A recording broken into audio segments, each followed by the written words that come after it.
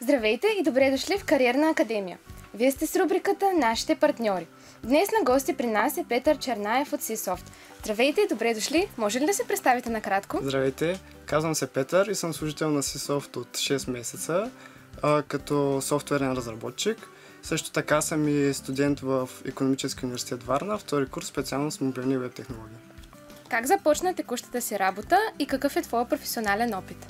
Моят път в Seasoft започна малко след миналогодишното издание на форум Кариери, където успях да разбера повече за фирмата, с какво се занимава и какви стажантски програми предлагат. Като именно там започна и моето приключение. Подадах CV-то си и след като преминах успешно всичките интервюта и разбрах, че съм приет за стажантската програма, вече ми беше ясно, че това е възможност за развитие и за кариера в тази сфера.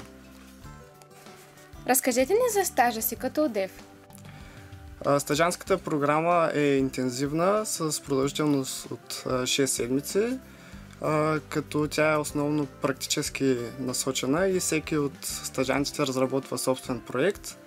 За мен най-големия плюс беше, че всеки разполага с личен ментор, който ще отговори на всичките въпроси и неясности, с които се сблъсквате по време на стажа. И освен това, по време на стажа ще придобиете много нови запознанства и приятелства, а тези, които се представят най-добре, получават и договор в Seasoft. Разкажи ни как съчетаваш работата и университета.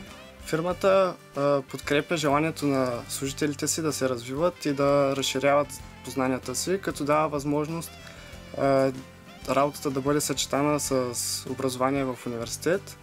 Работното време е гъвкаво и на студентите може да бъде изготвен индивидуален график, който да се напасне с тяхното ежедневие и лекции и упражнения в университета. Като освен това имам и допълнителни дни отпуск за обучение, благодарение на които мога да се представят по-добре и в работата, и в университета.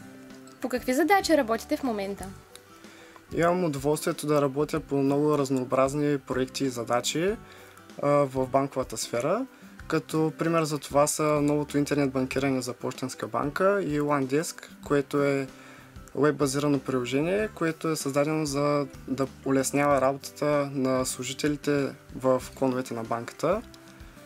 Използваме много голям набор от технологии, които разширяват познанията ми, но всичко това води и до много трудности, с които се сблъсквам ежедневно, но след като успея да ги разреша, се чувствам удовлетворен. Какво ви харесва най-много в работата с екипа?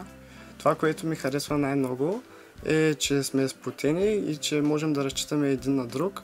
Благодарен съм на всеки един мой колега, който ми помогна да навляза по-бързо в материята. Често организираме тимбилдинги и други инициативи, за да може да се сплотим по-добре извън работното място.